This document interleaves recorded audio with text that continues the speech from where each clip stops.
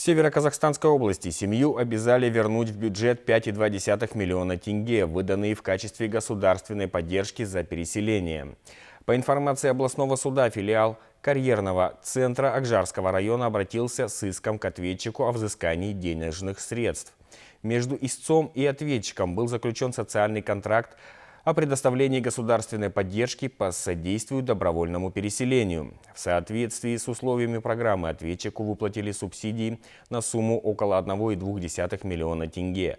Кроме того, в связи с подачей ответчиком заявления о предоставлении сертификата экономической мобильности выплачено еще 4 миллиона тенге.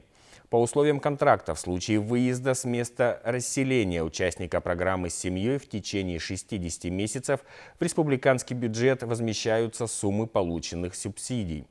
Выяснилось, что ответчик отсутствует на месте расселения. Ему было направлено уведомление о добровольном возврате бюджетных средств. Однако мер не принято. Тогда филиал карьерного центра обратился с иском в суд. В ходе подготовки дела к судебному разбирательству стороны пришли к примирению. Заключено мировое соглашение, по условиям которого ответчик обязуется возвратить в доход республиканского бюджета денежные средства в размере около 5,2 миллиона тенге в течение 3 месяцев равными долями. Производство по делу прекращено.